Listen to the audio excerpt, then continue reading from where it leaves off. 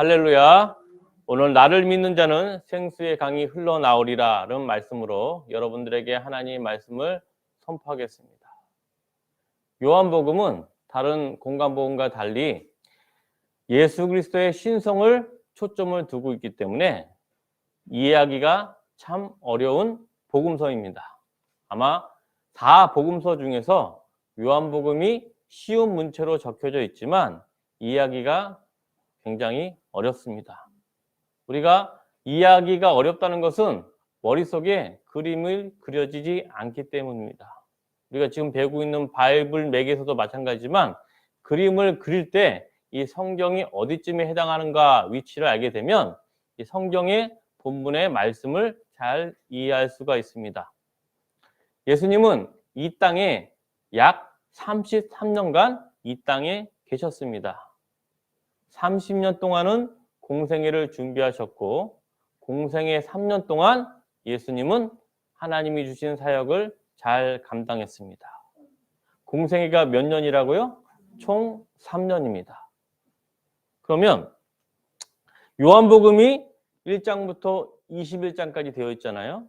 그러면 공생애 3년이라고 기준을 하면 공생애 1년 차는 1장부터 7장, 공생애 2년 차는 8장부터 14장, 공생애 3년 차는 15장부터 21장까지 있으면 우리가 참 이해하기 쉽겠죠. 그런데 요한복음은 초점이 뭐라고요? 예수님의 신성에 포커스가 돼 있고 우리의 구속사로 초점이 모아지고 있어요. 그래서 그 순서가 아니라 요한복음 1장부터 4장까지가 공생애 3년 중 1년 차에 해당이 되고 요한복음 5장은 공생애 3년 중 2년 차에 해당이 되고 요한복음 6장부터 21장까지 공생애 3년 중 3년 차에 해당이 됩니다. 이러한 구조를 알고 있으면 여러분들이 요한복음을 이해할 수가 있어요. 20일 나누기 3을 해서 7장으로 나눠진 게 아니고 각자 포커스가 돼 있는데 중요한 점은 무엇이냐?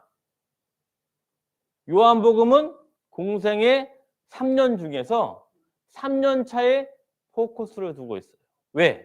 분량이 제일 많지 않습니까? 요한복음 6장부터 21장까지 마지막 공생애 3년 중 후반기를 중점으로 다루고 있고 후반기 3년차 중에 핵심 뭐냐? 마지막 고난주간 일주일이 가장 또 분량이 많습니다. 고난주간 마지막 일주일이 요한복음 12장부터 20장까지 거의 요한복음의 40% 이상을 예수 그리스도의 마지막 고난주간 일주일 십자가부터 부활까지 그 마지막 일주일이 가장 요한복음이 분량이 많습니다. 그럼 무엇이냐?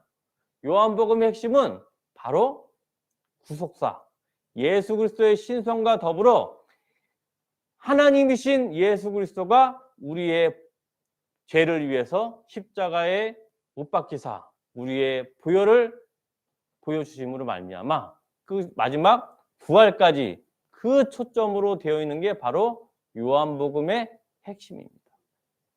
예수님의 마지막 일주일이 요한복음 12장부터 20장까지입니다. 이런 연대기 표를 머리에 가지고 있으면 요한복음 읽을 때 잘 이해할 수가 있습니다. 요한복음 공생애 3년 중 3년 차가 요한복음 6장부터 몇 장이요? 21장까지. 오늘 본문 읽었던 장은 몇 장이죠? 요한복음 7장입니다. 그러면 요한복음 공생애 3년 중에서 마지막 후반기 3년 차에 해당하는 게 지금 10점이라는 걸 기억하셔야 돼요. 뭐든지 머릿속에 이 시간의 연대순이 그려지면 이 말씀을 입체적으로 생동감 있게 이해할 수가 있습니다. 그게 그려지지 않으면 순서가 뒤죽박죽이 되면 본문이 말하는 게 지금 동쪽에 있는지 서쪽에 있는지 남쪽에 있는지 북쪽에 있는지 위치가 그려지지가 않아요. 지금 오늘 시점 뭐냐? 요한복음 6장부터 공생애 3년 중 마지막 3년차 사역입니다. 그런데 기억해야 될 사항이 있어요. 이 공생의 3년 중 3년 차가 왜 중요하냐면 3년 차를 접어들을 때 아주 위대한 사람이 사망을 했습니다. 그게 누구냐? 바로 세례 요한입니다. 세례 요한. 세례 요한이 예수님의 공생의 3년 중 마지막 3년차 직전에 사망을 했습니다. 왜? 헤롯에 의해서 헤롯의 부인의 꾀임에 빠져가지고 헤롯이 세례 요한을 사망을 시켰습니다. 이 당시에 이스라엘 사람들이 메시아라고 생각되는 사람이 두 사람이 있었어요. 첫 번째가 누구였죠? 세례 요한. 두 번째가 예수님이었습니다. 그런데 정신적 지주였던 세례 요한이 사망을 하니까 분위기가 평안할까요? 심상치 않을까요? 심상치가 않아요. 그래서 대제사장과 바리새인과 사내들이 지금으로 말하면 계엄령을 선포한 거예요. 계엄령. 여러분 혹시 계엄령 기억하십니까? 우리도 한때 계엄령이 발효된 시간이 있지 않았습니까? 그때 밖에 맘대로 나갈 수 있습니까? 없습니까? 못 다니죠. 그리고 술집에서도 정부 비판을 하게 되면 바로 잘못하다가 삼천교육대로 끌려갈 수 있는 게 바로 계엄시대 상황입니다. 그걸 기억을 해야 돼요. 지금 이 시대가 어디냐? 공생의 3년차 중에서 무슨 시대요? 계엄시대가 발생한 시대였기 때문에 시기가 아주 험악한 시절입니다. 지금 이 당국에서는 사정의 칼날을 지금 누구를 향하고 있느냐? 세례 요한이 죽었잖아요. 그럼 누구한테 가고 있죠? 예수 그리스도로 모든 게 다 초점이 맞추고 있는 거예요. 그러면 예수 그리스도에 초점이 맞추고 있으면 예수 그리스도와 친한 사람은 마음이 편안할까요? 불안할까요? 불안하지요. 자칫 잘못하다가 예수님과 친했다가 자기 집안뿐만 아니라 자기 친척까지 모두 삼족이 멸할 수도 있거나 이런 리스크를 가지고 있는 상황이 지금 이 순간입니다. 이 순간이 언제까지 이어지냐? 예수님의 십자가 사건까지 쭉 계엄 상황이 이어지는 상황이에요. 이 배경이 머릿속에 그려질 때 오늘 본문 요한복음 7장 1절 한번 다 같이 공독하겠습니다. 이런 걸 배경을 안 다음에 본문을 봐야지 본문이 무슨 말인가 하는 걸 이해할 수가 있습니다. 요한복음 7장 1절 시작. 그 후에 예수께서 갈릴리에 다니시고 유대에서 다니려 아니하심은 유대인들이 죽이려 함이로라. 이 문장이 이해되시겠죠? 지금 당국의 사정의 칼날이 예수님을 향하고 있기 때문에 유대인들이 기회만 보면 건수만 잡히면 바로 예수님을 체포하고 감옥으로 보내려고 하는 거예요. 그러면 지금 이런 상황에서 예수님은 하나님이니까 담대히 복음을 선포하지만 가장 불안한 사람이 누구일까요? 제자들 그리고 예수님의 가족들. 우리가 군사시대에서도 민주열사 당사자는 고통스럽지만 그 가족들도 그의 더 혹독한 고통이 임했습니다. 민주열사의 가족의 대부분이 하루하루 밤잠을 잘 일이 없고 또 그 가족들은 똑같이 고문을 당해서 반신불수가 당한 사람이 상당수가 있어요. 그러니까 계엄 상황에서는 이 지도자뿐만 아니라 그에 따르는 가신과 더 중요한 사람은 그의 식구들이 불안할 수가 없어요. 불안할 수가 없어요. 그런 상황을 읽으면서 요한복음 7장 2절부터 5절 한번 다 같이 읽겠습니다. 요한복음 7장 2절부터 5절 말씀 시작. 유대인들의 명절인 초막절이 가까운지라 그 형제들이 예수께 이르되 당신이 행하는 일을 제자들도 보게 여기를 떠나 유대로 가소서. 스스로 나타나기를 구하면서 묻혀서 일하는 사람이 없나니 이 일을 행하려 하거든 자신을 세상에 나타내소서 하니 이는 그 형제들까지도 예수를 믿지 아니함이로라. 예수님은 어머니 마리아뿐만 아니라 자기 동생 여러 명이 있었습니다. 성경에 야고보서와 유다서는 예수님의 친형제들이 쓴 서신서입니다. 그런데 예수님의 친형제들은 예수님이 부활하기 전까지는 예수님을 메시아로 인정을 하지 않았어요. 왜? 자기가 어려서부터 쭉 보았던 우리의 친형이기 때문에 너무나 익숙하기 때문에 저 사람이 설마 우리가 기다리던 메시아일까 의심을 하게 됩니다. 가족들이. 이런 상황에서 사정의 칼날이 예수님께 다가오니까 예수님의 형제들이 불안하겠어요? 안 불안하겠어요? 불안하죠. 자칫 잘못하다가 우리가 회당에서 추교당하고 우리의 목숨도 아차 싶은 거예요. 왜? 얼마 전에 누가 죽었다? 세례 요한이 죽었다고 얘기를 듣고 나서 불안한 거예요. 그래서 뭐라 그러냐? 말을 잘 이해해 보십시오. 스스로 나타나기를 구하면서 묻혀서 이러는 사람이 없다는 말이 있는데 왜 갈릴리 지역에 있습니까, 형? 그냥 당신들 같이 있는 제자들과 함께 어디로 가라고요? 유대로 가세요. 이게 형을 위하는 겁니까? 자기 자신을 위하는 겁니까? 형제들이 자기 가족을 위한 거예요. 아, 형 잘못 만났다가 우리 가족 다 몰살당할 수도 있구나 하면서 형제들까지도 예수님을 그리스도로 인정을 안 하고 형제들까지 인정을 안 했다는 건 뭐냐? 나사렛에 있는 동네 친척들조차도 예수님을 다 배척했다는 말이에요. 굉장히 씁쓸하지 않습니까? 예수님이 30여 년 동안 살아왔던 갈릴리 지방의 나사렛 동네에서도 나사렛 동네 인근 사람들도 자기를 배척을 하고 자기의 친형제인 유다, 야고보 형제들까지도 자기를 유다로 떠나라고 부탁을 하는 거예요. 그래서 예수님 뭐라냐? 선지자가 고향에서 환영받는 사람이 없다는 말이 바로 이 말씀입니다.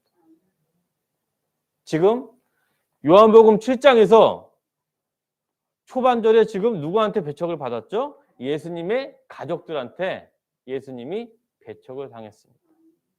그런데 요한복음 7장에서는 예수님이 친형제들한테 배척을 받는 데서 끝나는 게 아니라 총 3번에 걸쳐 배척을 받습니다.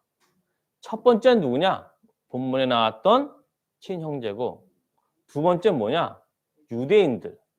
세 번째 대제사장과 바리새인에서 배척을 받습니다. 우리 두 번째 유대인들한테 어떻게 배척을 받는지 다 같이 요한복음 7장 19절부터 20절 말씀 보겠습니다. 요한복음 7장 19절부터 20절 말씀 시작. 모세가 너희에게 율법을 주지 아니하였느냐? 너희 중에 율법을 지키는 자가 없도다. 너희가 어찌하여 나를 죽이려 하느냐? 무리가 대답하에 당신은 귀신이 들렀도다. 누가 당신을 죽이려 하나이까? 예수님이 초막절이기 때문에 제자를 먼저 보내고 예수님은 드러내면 안 되기 때문에 왜? 지금 사정의 칼날이 눈앞에 있기 때문에 은밀히 예루살렘 회당에 가서 하나님의 말씀을 선포를 합니다. 선포를 할 때 거기 있는 랍비들이 굉장히 놀라는 거예요. 랍비와 장로들이. 아, 이 사람은 지금 유명한 사람한테 배운 적이 없는데 우리보다 탁월하게 율법에 대해서 알고 율법에 대해서 복음을 전파하는구나. 깜짝 놀라는 거예요.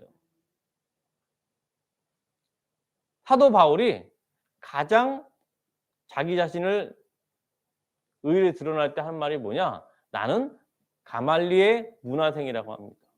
이 가말리엘이라는 율법사가 이 당시 최고의 율법학자예요. 지금으로 말하면 하버드 대학교 박사라고 생각하시면 됩니다. 다시 말하면 유명한 학자가 되거나 유명한 성경학자가 되려면 누구한테 반드시 배워야 하는 시기입니다. 지금도 마찬가지지 않습니까? 세계적인 하버드 대학교나 예일 대학교에서 유명한 교수한테 사사를 받아야지 그 학자로서 인정을 받는데 예수님은 그 누구에게도 율법을 가르침을 받은 적이 없는데 이 랍비들이 깜짝 놀라는 거예요. 자기들이 생각할 수 있는 그 이상의 율법의 깊이를 말해주니까 놀래서 묻는데 놀라는 한편 뭐라 그러냐? 예수님이 너희에게 율법을 주지 않았느냐? 모세의 율법을 강조하면서 뭐라냐? 그런데 모세의 율법을 지키는 자가 왜 나를 죽이려 하느냐 반문할 때 이 사람들이 깜짝 놀라는 거예요. 이 사람이 율법에 통달할 뿐만 아니라 우리들의 마음까지도 깨뚫고 있구나. 그래서 그들이 뭐라고 반문하니까 유대인들이, 회당에 있는 유대인들이 7장 20절 시작. 무리가 대답하되 당신은 귀신이 들렸도다. 누가 당신을 죽이려 하나이까? 예수님을 뭐라 그러냐? 저 사람들은, 저 청년은 아무도 가르쳐 주지 않는데 율법을 마스터하고 우리의 마음까지 아는 거 보니까 저 사람은 뭐 들렸냐? 귀신이 하는 역사구나. 저 사람은 일반인이 아니고 귀신이 역사하지 않으면 저렇게 말씀을 잘 알 수도 없고 우리의 마음을 알 수도 없구나 하면서 예수님을 배척을 합니다. 두 번째 배척을 합니다. 7장 중에. 첫 번째, 예수님을 배척했던 사람은 자기의 사랑하는 가족, 형제들. 두 번째, 예루살렘에 모였던 유대인들이 예수님을 배척을 합니다. 두 번째 배척을 했죠. 그럼 세 번째 배척을 어떻게 되냐? 우리 한번 보겠습니다. 요한복음 7장 45절부터 52절 말씀. 세 번째 배척을 받는 장면입니다. 이번에는 바리새인과 대제사장들한테 배척을 받습니다. 요한복음 7장 45절부터 52절 말씀 다 같이 봉독하겠습니다. 아랫사람들이 대제사장들과 바리새인들에게 오니 그들이 묻되 어찌하여 잡아오지 아니하였느냐? 아랫사람들이 대답하되 그 사람이 말하는 것처럼 말하는 사람은 이때까지 없었나이다 하니 바리새인들이 대답하되 너희도 미혹되었느냐? 당국자들이나 바리새인 중에 그를 믿는 자가 있느냐? 율법을 알지 못하는 이 무리는 저주를 받는 자로다. 그 중에 한 사람 곧 전에 예수께서 왔던 니고데모가 그들에게 말하되 우리 율법은 사람의 말을 듣고 그 행한 것을 알기 전에 심판하느냐? 그들이 대답하되 이르되 너도 갈릴리에서 왔느냐? 찾아보라. 갈릴리에는 선지자가 나지 못하느니라 하였더라. 이 대제사장들과 바리새인이 지금 누구를 잡으려 가죠? 예수님을 잡으려고 합니다. 그리고 예수님을 잡으라고 자기의 부하들을 시켰더니 오히려 그 부하들이 예수님을 두둔하니까 이들이 뭐라고 합니까? 바리새인들이 너희들이 예수님께 미혹되었느냐? 너희 율법을 모르는 너희들은 저주를 받을 자라라 하면서 다시 한번 바리새인과 대제사장들이 예수님을 배척을 합니다. 몇 번 배척을 했죠? 3번 배척을 했습니다. 요한복음 7장에서 바리새인과 대제사장 그리고 유대인 그리고 자기가 사랑하는 가족들까지도 예수님의 복음을 다 배척하고 꺼려합니다. 오히려 꺼려하는 정도를 넘어서서 예수님을 죽이려 하고 있는 상황입니다. 이 상황이 예수님이 공생의 3년차 내내 계속 지속되다가 끝내 십자가 사건으로 이어지는 상황입니다. 예수님은 공생의 3년 중에서 마지막 후반기 3년차에서는 마음 편히 있을 수가 없어요. 왜? 항상 바리새인과 대제사장들이 자기의 목숨을 노리고 있었기 때문입니다. 우리 성경에 나온 모든 이야기는 다 우리의 교훈이 됩니다. 성경은 가장 오래된 게 지금으로부터 3,500년에 적혀져 있고 가장 최근 게 지금으로부터 2,000년 전에 쓰여진 글입니다. 그런데 지금 성경은 우리에게 말하고 있어요. 누구에게 말하고 있냐? 하나님의 성도들에게 말하고 있습니다. 여러분들이 세례를 받고 예수님을 영접하는 순간 뭐가 되냐? 사단의 자녀에서 하나님의 자녀로 위치가 바뀝니다. 그러면 어떤 특권이 있다고 말씀을 드렸죠? 하나님의 자녀가 되는 순간 성경 66권과 1189절의 모든 하나님의 축복의 말씀이 다 내 것이 되는 거예요. 아브라함에 했던 축복과 야곱에 했던 축복과 다윗에게 했던 축복의 모든 말씀이 다 누구의 축복이라고요? 나의 축복이 되는 거예요. 다시 말하면 요한복음 7장에 있는 메시지는 오늘 우리에게 말하고 있습니다. 예수님이 배척을 몇 번 당했죠? 7장 중에 3번이나 당했어요. 초반부에 자기의 사랑하는 형제들, 두 번째는 유대인들, 세 번째는 바리새인들한테 배척을 3번이나 당했는데 예수님이 이 배척을 3번이나 당하는 중에서도 예수님이 하신 키 메시지가 있습니다. 그게 뭐냐? 요한복음 7장 36절부터 38절 말씀입니다. 이 3번이나 배척을 당하고 배척을 떠나서 자기를 호시탐탐 죽이려고 하는 이 계엄의 상황에서도 예수님이 꼭 하고 싶은 메시지가 있습니다. 7장에서. 어떤 메시지인지 이 7장 37절부터 38절 말씀 다 같이 봉독하겠습니다.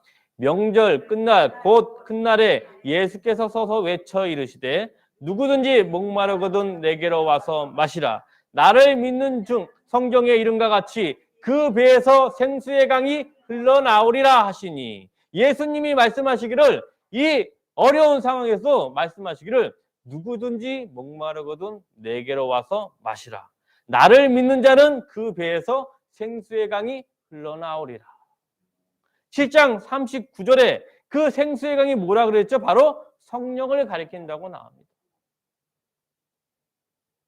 계엄 상황에서 예수님의 목숨이 위태로운 상황과 3번이나 배척을 받는 이 어려운 상황에서도 예수님이 꼭 하시고 싶은 말씀이 있어요. 왜 그럴까요? 누구든지 목마르거든 내게로 와서 마시라. 나를 믿는 자는 그 배에서 뭐가 넘친다고요? 생수의 강이 흘러나오리라.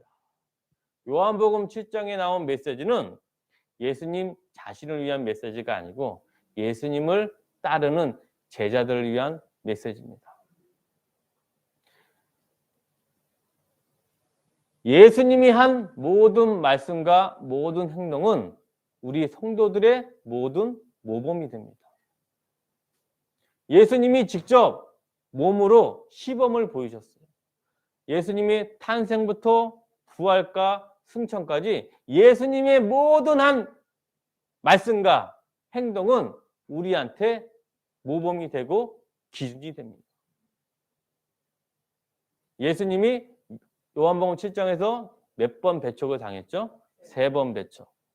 그런데 중요한 사실이 있습니다. 예수님이 배척을 받은 건 예수님만 배척받는 게 아니고 앞으로 예수님을 따라올 제자들과 성도들 역시도 세상 사람들한테 배척을 받는다는 메시지입니다. 3이라는 숫자는 완전수예요. 3번만 배척받는 게 아니라 여러분들이 예수님을 영접하고 예수님을 따르는 순례자의 길을 가게 되면 마지막까지 세상 사람들한테 배척을 받을 수밖에 없어요. 이 배척을 받을 수 없는 상황에서도 예수님이 그 배척을 해결할 수 있는 길을 마련해 줍니다. 나를 믿는 자는 그 배에서 생수의 강이 흘러나리라. 우리가 인생에 살아가면서 순례자의 가는 동안 수많은 어려움과 시련이 올 때 예수님은 그 해결책을 말합니다. 누구와 함께하라? 성령님과 함께하라. 예수님이 3번이 배척을 받은 것처럼 똑같이 구약에 자기의 친족과 자기의 부하들과 블레셋과 아말렉에서 배척을 받았던 사람이 있습니다.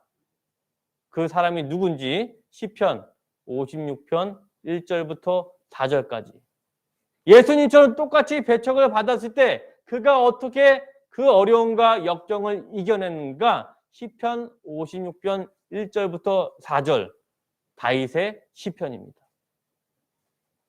예수님이 오늘 3번의 배척을 받은 것처럼 똑같이 지금 다윗이 모든 사람들에 의해서 우겨싸움을 당하고 아무런 희망이 없는 상태입니다. 우리 다 같이 그 다윗이 어떻게 이겼는가 한번 보겠습니다. 시편 56편 1절부터 4절 시작.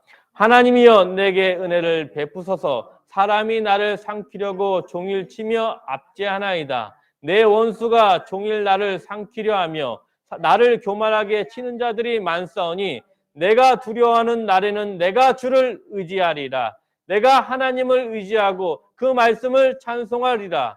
내가 하나님을 의지하였은즉 두려워하지 아니하리라. 혈육을 가진 사람이 내가 어찌하리이까. 56편에 나온 다윗은 수많은 원수들이 하루 종일 나를 삼키려 하고 교만한 자가 나를 치려하는 자리 수도 없이 많은 가운데 두려운 상황 중에서도 누구를 의지하느냐?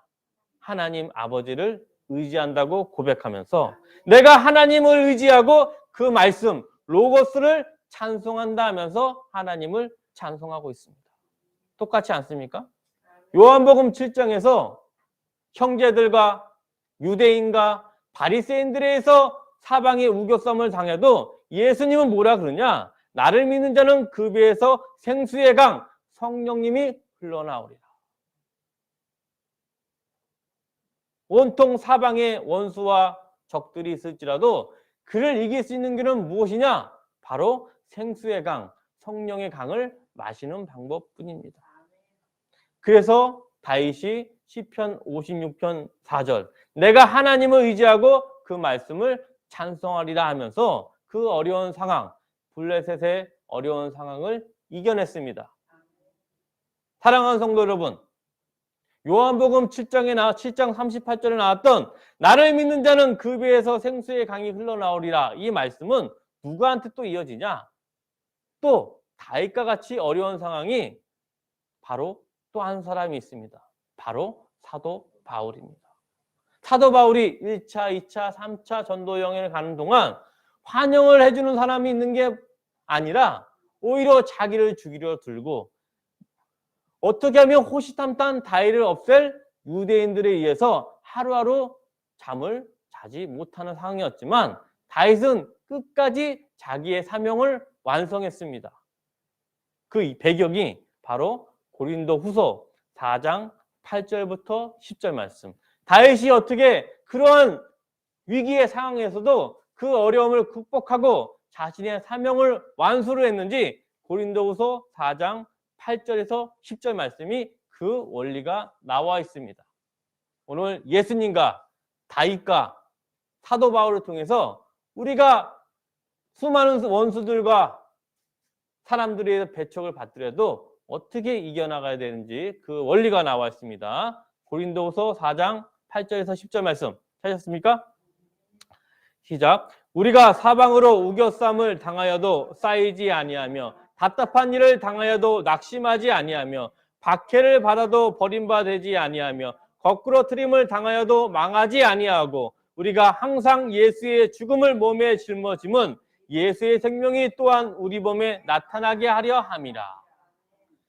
사방으로 우겨쌈을 당하고 박해를 받고 거꾸로 침을 당해도 우리가 살 수 있는 길은 무엇이냐? 바로 예수의 생명이 우리 몸에 나타나게 하기 위한 하나님의 섭리이기 때문입니다. 그 섭리가 뭐라고요? 그 고난과 박해를 통해서 우리 몸에 예수의 생명이 나타나기 위한 하나님의 섭리이기 때문에 그 섭리를 믿고 사도 바울이 자기의 사명을 완수했습니다.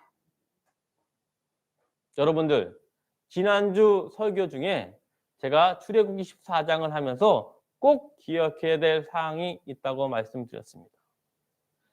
홍해 바다를 건넌 1세대 사람들 중에서 가나안 땅에 들어간 사람은 단 2명, 갈렙과 여호수아 뿐이었습니다.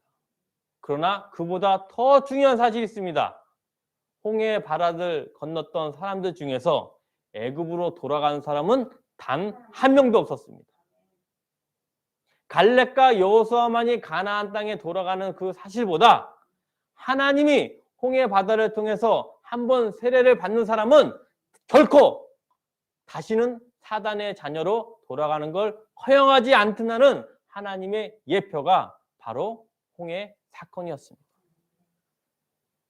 하나님이 창세전에 여러분을 예정한 사람은 예수님을 믿음으로 하나님의 자녀가 되는 순간 결코 다시 애굽으로 돌아갈 수가 없습니다. 또 한 번 말씀을 드리지만 홍해 바다를 건넜던 모든 사람들은 단 한 명도 다시 애굽으로 돌아갈 수 없습니다. 하나님의 자녀로 선택된 사람은 결코 하나님이 그 자녀 관계를 저버리지가 않습니다. 보겠습니다. 요한복음 10장 28절 29절에 하나님이 여러분들을 얼마나 사랑하고 결코 다시는 애굽으로 돌려보내지 않겠다는 하나님의 의연한 의지가 나오고 있습니다.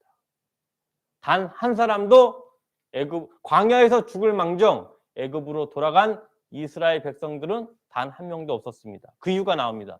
요한복음 10장 28절부터 29절 말씀 찾으셨습니까?